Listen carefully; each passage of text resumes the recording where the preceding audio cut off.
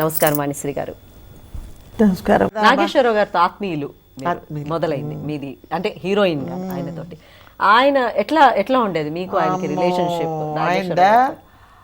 ఆయన చాలా స్టైలిష్, అప్పుడు మంచి యంగ్గా ఉన్నారు. అంటే మాకంటే చాలా, ఇప్పుడు అని కాదు, ఒక 45 అట్లా ఉంటాయి. చాలా చురుగ్గా, చాలా ఇదిగా మాట్లాడేసి వచ్చిన రాగానే హీరోయిన్ అని ఒక్కోసారి అబ్బజం మీద ఇలా కొట్టి, ఓరి నాయనో ఇదేంటి ఇట్లా కొడుతున్నాడు ఏంటి అని. ఏం లేదండి, నచ్చిందా నా శారదీ స్టూడియోస్, బాగుందా నీకు? బాగుందండి, చాలా బాగుందండి. ఎట్లా ఉంది హైదరాబాద్ వెదర్? చాలా బాగుందండి. మేకప్ హాయిగా అలా వేసిన మేకప్ వేసినట్టే ఉందండి అని ఆయన అలా చూసి అలా వెళ్ళిపోయేవారు.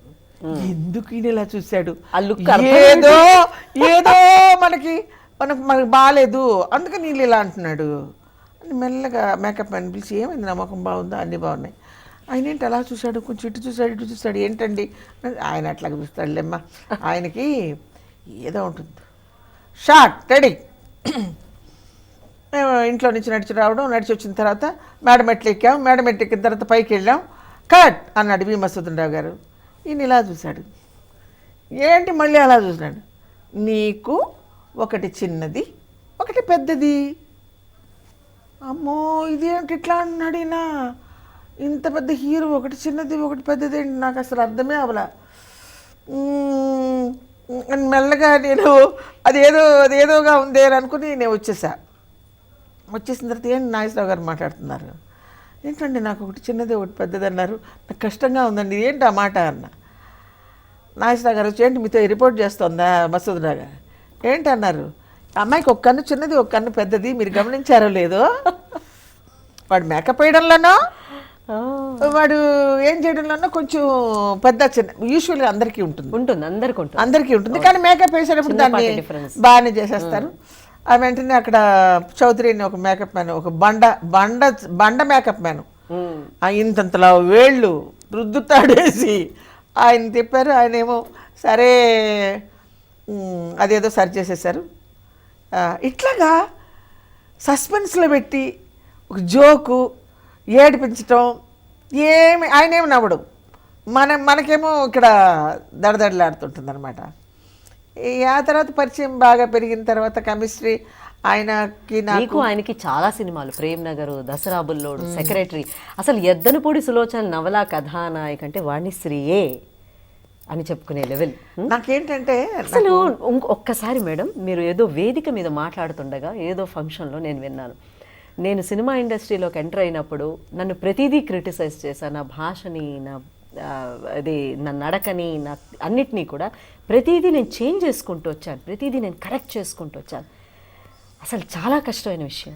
అంటే ఒకటమ్మా ఏంటంటే మనం కొత్తగా వచ్చాము, వాళ్ళు సీనియర్స్, వాళ్ళని కూడా తప్పుపడడానికి వీల్లేదు. వాళ్ళ సీనియారిటీని నా దగ్గర ఎట్లా చూపిస్తారు? ఇదేంటి నిన్నగాక మొన్న వచ్చింది 4 ఏళ్ళలో ఇదేదో పెద్ద రెమ్యునరేషన్ తీసుకుని పెద్ద కారు వేసుకుని ఇదే వచ్చేస్తా ఉంది అన్నది ఏదో ఉంటుంది వాళ్ళకి. అందుకని ఏదో ఒకటి అంటుంటారు. మా అమ్మ మాత్రం ఎవరన్నా ఏమన్నా నువ్వు వాళ్ళని ఏం ఎదిరించి మాట్లాడుకు, మామూలుగా ఉండిపో, మర్యాదగా ఉండిపో, నీ మేకప్ చూసుకో, నీ హెయిర్ డ్రెస్ చూసుకో, కరెక్ట్గా నాగేశ్వరరావు గారి ముందు, రామారావు గారి ముందు నువ్వు కుర్చీ వేసుకుని నీ కాలు మీద కాలు వేసుకున్న అలవాటు అది, నువ్వు అక్కడ కూర్చోకూడదు, నువ్వు ఇటు పక్క వచ్చేసి నీకు ఒక ఫ్యాన్ పెడతారు, వాళ్ళు ఏమన్నా సరే మామూలుగా నవ్వేసేయి, మామూలుగా ఉండు, వాళ్ళ ముందు అది బాగలేదనో ఇది బాగలేదనో అట్లాగని ఇట్లాగని ఇట్లా ఏం మాట్లాడబాకు. సరే నీకు వచ్చి చెప్తున్నాను నేను, నువ్వు ఇట్లాగే చెప్తున్నావు. ఎప్పుడు అంటే కష్టం ఇబ్బంది అనిపించలేదు, అంత కంట్రోల్డ్గా ఉండడం ప్రతి క్షణం అని. మీరు ఆల్మోస్ట్ మీరు కళ్ళు తెరవడమే సినిమా ఇండస్ట్రీలో కళ్ళు తెరిచారు కదా. 13 ఏళ్ళు అంటే ఏమీ కాదు, చిన్న వయసు. అసలు ఆ తర్వాత కూడా ఏమీ తెలియదు, చిన్నతనం. తర్వాత కూడా మీరు మొత్తం ఇండస్ట్రీలోనే ఉన్నారు. నాకు ఎవరైనా నన్ను వ్యంగ్యంగా మాట్లాడుతుంటా కూడా నాకు తెలియదు. నా దగ్గర వ్యంగ్యంగా వాళ్ళు మాట్లాడాల్సింది ఒక నా రంగు గురించి మాట్లాడచ్చు, ఇక వాళ్ళకి అదే దొరికింది.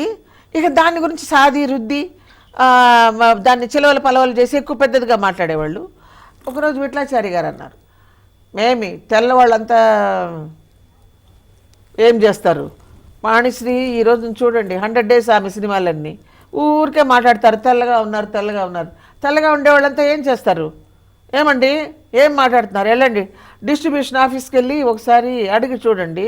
వాళ్ళని అడిగితే మీరు వాణిశ్రీని పెట్టుకోండి అంటున్నారు. ఏ డిస్ట్రిబ్యూటర్ అట్లాగంటాడు, ఏ హీరో అట్లాగా అంటాడు. ఆమె సినిమాలు ఎట్లాగుందని చూడండి మీరు. ఆమె మీకు కష్టం కలిగిస్తుందా? మీ డబ్బులు ఏమన్నా తింటుందా?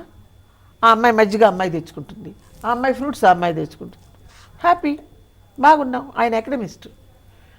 అందుకని నేను ఎవరిని ఒకసారి భావనారాయణ గారి ఫిల్మ్స్లో డాన్స్ చేస్తున్నాం, దేవుడు గెలిచిన మానవుడు అని తీస్తున్నారు.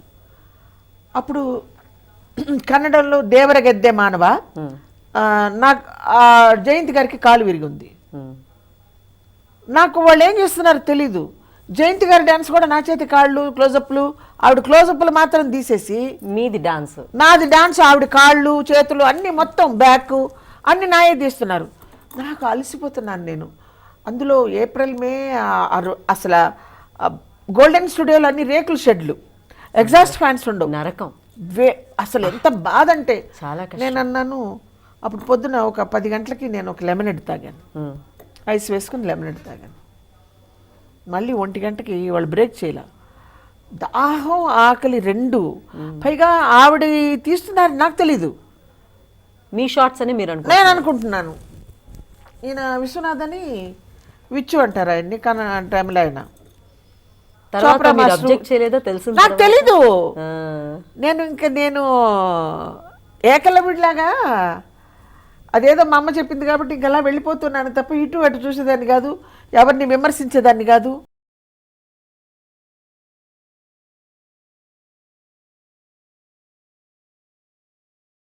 మీరు ఇంత కలివిడిగా ఉన్నారు మేడం. మీరు అసలు ఇక్కడికి వచ్చిన తర్వాత కూడా నాతో కూడా అసలు ఎంతో ఓపెన్గా సరదాగా ఉన్నారు. అటువంటిది అమ్మ చెప్తే నువ్వు జాగ్రత్తగా ఉండని, ఎప్పుడైనా నా వ్యక్తిత్వం నేను ఎందుకు కంట్రోల్డ్గా ఉండాలి, నేను ఎందుకు ఇలాగ ఉండాలి అని ఎప్పుడైనా అనిపించలేదా?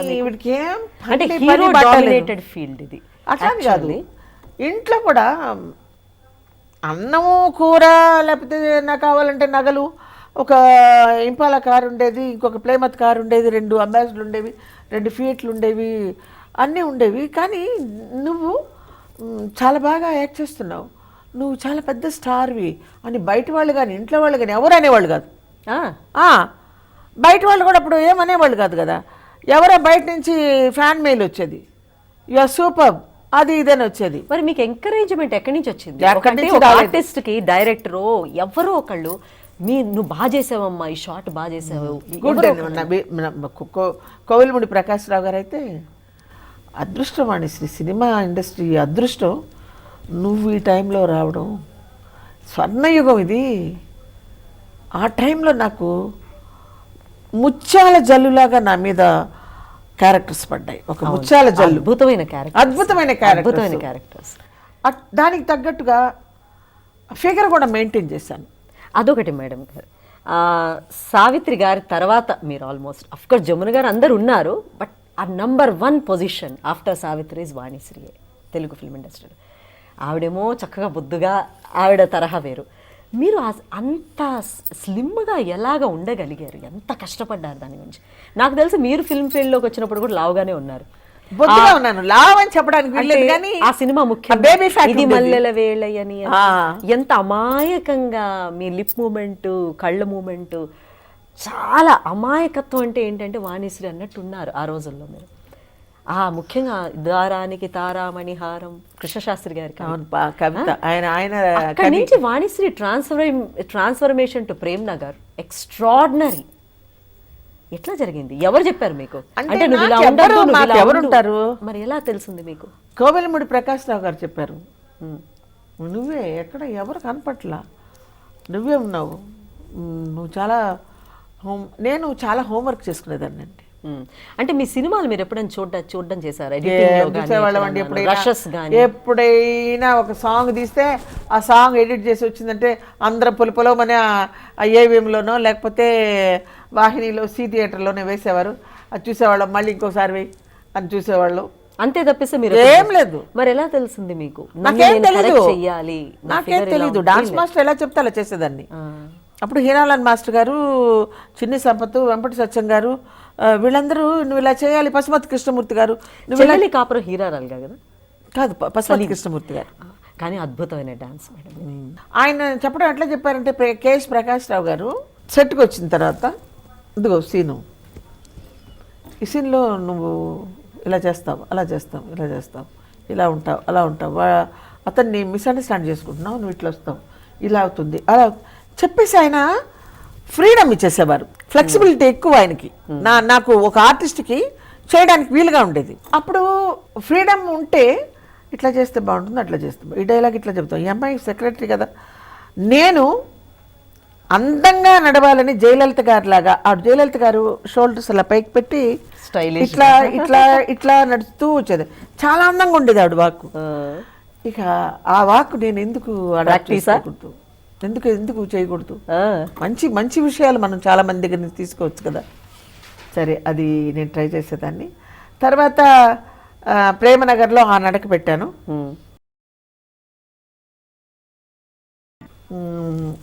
ప్రకాష్ రావు గారు సెక్రటరీ అన్ని బాగా ఎక్స్పీరియన్స్ తర్వాత బిగినింగ్ లో చెప్పారు, ఇట్లాగని ఇట్లా ఉండాలి, ఇట్లా ఉండాలి అని చెప్పారు. అక్కడ కెమెరామెన్ విన్సెంట్ మొదటేమో ఈయన చేశాడు, వెంకటరత్నం అనుకుంటా. ఆయనంతా హడావిడి వరకు ఏదో అది అది మనం చెప్పలేము. మీరు ఒక ఇంటర్వ్యూలో చెప్పారు, కెమెరామ్యాన్ అంటే ఇప్పుడు గుర్తుకొచ్చింది. నేను సాధారణంగా కెమెరామ్యాన్ తోటి, టెక్నీషియన్స్ తోటి చాలా క్లోజ్గా సరదాగా ఉండేదాన్ని, మాట్లాడేదాన్ని వాళ్ళతో. కాబట్టి నన్ను బాగా వాళ్ళు నేను ఎలా ఉంటే బాగుంటుందని వాళ్ళు చూపెట్టగలిగారు. ఎందుకంటే వాళ్ళు 70, 60 ఆ వయసులో ఉన్న వాళ్ళ దగ్గరికి వెళ్ళి ఎవరో వచ్చి మాకు అక్కడ ఏంటంటే ఒక షాట్ తీసేటప్పుడు, లైటింగ్ చేసేటప్పుడు అక్కడ నిలబడాలి. చాలా మంది నిలబడరు. అవును, వేరే ఎవరినో వాళ్ళు పెడతారు. నేను చచ్చినా లేదు, నేను ఇక్కడే నిలబడతాను. నేను నిలబడుకున్నదాన్ని ఫ్యాన్ వేసేవాళ్ళు, వాళ్ళు మౌల్డ్ చేసేవాళ్ళు, ఫేస్ని అంత బాగా తీసేవాళ్ళు. ఆ నిలబడడం, ఈ పిల్ల ఇంత పెద్ద స్టార్ అయినా కూడా మనని ఇంత గౌరవిస్తూ ఆ షాట్కి నేను నిలబడతాను, పర్వాలేదులేండి, ఏం పర్వాలేదు, లేట్ అవుతుందా, మనం కూర్చో, నేను మళ్ళీ పిలుస్తాను కదా, రామారావు గారు రావాలి, ఇంకా వీళ్ళందరూ రావాలి కదా, సరే కూర్చో, అక్కడే కూర్చున్నాను. సెట్లో నుంచి బయటికి వెళ్ళడం అనేది వెరీ రేర్. మీ ఫేవరెట్ కెమెరామ్యాన్ ఎవరండి? చాలా మంది ఉన్నారండి. విన్సెంట్ గారు, కన్నప్ప, మార్కస్ బాట్లే, మరేమో లక్ష్మణ్ గోరే. అసలు ఎవరు కూడా నన్ను బ్యాడ్గా తీశారని చెప్పడానికి వీల్లేదు. వాళ్ళు నేను ఇలా చూస్తూ యాక్ట్ చేస్తూ ఉండేదాన్ని, ఏదో డైలాగ్ చెప్పేదాన్ని, నేను ఇంత బాధపడుతున్నానని నువ్వు అర్థం చేసుకోలేదా, ఏమిటి నీ గొప్పతనం అని ఇట్లా వెళ్ళిపోయేది ఫేసు. వాళ్ళు అక్కడి నుంచి కంట్రోల్ చేసేవాళ్ళు. షార్ట్ జరుగుతుండేది, అంటే నువ్వు పైకి ఎత్తకు, కిందకి కొంచెం ఇలా పెట్టి మాట్లాడు అని వాళ్ళు ముందుగా చెప్పేవాళ్ళు. ఎమోషన్లో మనకి ఏమిటంటే నువ్వు చేసేది ఏడ్సావులే అని అంటాం కదా, అట్ట పెట్టద్దు, నువ్వు మామూలుగా ఇట్లా పెట్టుకునే అడుగు. అట్లా చాలామంది, అంటే మొత్తం మీద వాణిశ్రీ ఇండస్ట్రీ చెక్కిన శిల్పం. గ్రేట్ అండి. వాణిశ్రీ గారు, వాణిశ్రీ అనే పేరు ఎలా వచ్చింది, ఎవరు పెట్టారు? అంటే ఏవిఎం స్టూడియో వాళ్ళు నాది ఆడు జన్మే తీస్తున్నారు. అప్పుడు మన ఎన్టీ రామారావు గారు hero, second hero Harnath, Savitri గారు అందులో కొంచెం బ్లాక్గా ఉండే వేషం వేశారు. ఆమెకు ఒక చెల్లెలు ఉంటుంది, మంచి సౌందర్యవతి. ఆ వేషానికి నన్ను తెలుగులో పెడితే బాగుంటుందని నా ఫోటోలు అవన్నీ ఏవిఎం చెట్టిఆర్ గారికి చూపిస్తే ఆయన ఇది ఒకసారి మేకప్ టెస్ట్ చేద్దామన్నారు. మేకప్ టెస్ట్ చేశారు. చేసి అటు తిరగమ్మా నడువమ్మ, ఒక ఏడుపు డైలాగ్ చెప్పు, ఇది చెప్పు అని చెప్పి నవ్వమన్నారు. నవ్వమనేటప్పటికి పెద్దగా నవ్వాను. నవ్వేటప్పటికి ఇక్కడ పన్ను ఒకటి బయట, ఆయన 10 సార్లు చూస్తాడు అది మూవీలో వేసుకొని. అక్కడ థియేటర్లో ఆయన వాళ్ళకి థియేటర్స్ ఉన్నాయి కదా, వేసుకొని చూస్తే దానిలో అంతా కూడాను పల్లెత్తుగా ఉంది అమ్మాయికి. కొంచెం రంగారావు గారు ఎందుకు మనం ఏం లేదండి అని నాతో చెప్పారు, నీకు పన్ను ఎత్తుగా ఉందని అంటున్నారు, ఏం చేస్తావు? ఏముందండి, పెళ్ళిపీకేద్దాం అని చెప్పేసి ఈజీగా అనేసాను. డాక్టర్ ఇజమ్మా అని చెప్పి Chinese doctor is the one of the best doctor in the Tamil Nadu అనమాట. ఆయన దగ్గరికి తీసుకెళ్లారు. మౌంట్ రోడ్లో ఉండేవారు ఆయన. అపాయింట్మెంట్ తీసుకుని వెళ్తే ఆయన అన్ని పరీక్ష చేశాడు. బాగున్నాయి, పళ్ళు చక్కగా ఉన్నాయి, యు ఆర్ వెరీ హెల్తీ, ఏమైంది నీకు? అక్కడ ఉండే వాళ్ళందరూ ఇంగ్లీష్లో ఏదో చెప్పారు, తమిళ్లో నువ్వు చెప్పు అన్నారు. ఇట్లాగా ఒక వేషాని కోసం అది ఎత్తు అంటున్నారండి, అది తీసేయమంటున్నారు. అయ్యయ్యో, నువ్వు చాలా చిన్న పిల్లవి, నీకేం తెలీదు. ఇప్పుడు ఆ పన్ను నేను తీసేస్తా, డబ్బులు ఇస్తారు మీరు, తీసేస్తా. తర్వాత నీకు వచ్చే ప్రాబ్లమ్స్ ఏమిటంటే ఆ పన్ను ఇక్కడ దాకా ఉంటుంది, అంటే దాని రూట్ ఇక్కడ దాకా ఉంటుంది, అది పస్ ఫామ్ అవుతుంది, ఫేస్ స్వెల్లింగ్ వస్తుంది, మంగళాయిడ్ ఫీచర్ వచ్చేస్తుంది ఆ పక్కన. అది నువ్వు చూడు మరి ఎట్లా ఉంటుందో. వద్దండి, ఎందుకు మీరు ఇలా చేస్తున్నారు అని. మా అమ్మకి వాళ్ళు మాట్లాడుకునే మాటలు తెలియదు, కానీ ఆమె బోర్ని ఆడవడం మొదలుపెట్టింది. ఓ నాయనో, నా కూతురు ప్రాణంతో ఉంటే చాలు, ఈ చాలండి అని చెప్పేసి అని. అంటే ఆ ఏవిఎం గారు చెప్పారు వాణిశ్రీ అన్న పేరు మీకు? ఎస్వి రంగారావు గారు శ్రీవాణి ఫిల్మ్స్ కాబట్టి ముందే పేరు మార్చేశాడు ఆయన. ఓకే, ఆయన ఎస్వి రంగారావు మార్చారు. ఎస్వి రంగారావు గారు శ్రీవాణి ఫిల్మ్స్లో పేరు మార్చేసి నాకు అడ్వాన్స్ చేసి అన్ని చేస్తే ఆయన చెట్టియార్ గారు కొంచెం పన్ను మీద పన్ను ఉంది అన్న. మళ్ళీ ఆ వేషం వేయించిన ఆవిడ కూడా జమున గారు, ఆవిడకి కూడా పన్ను మీద పన్ను ఉంది. అంటే సక్సెస్ అయితే పన్ను మీద పన్ను ఉన్నా పర్వాలేదు, కన్ను మెల్లకన్నుగా ఉన్నా పర్వాలేదు, మాట నంగిగా మాట్లాడినా పర్వాలేదు.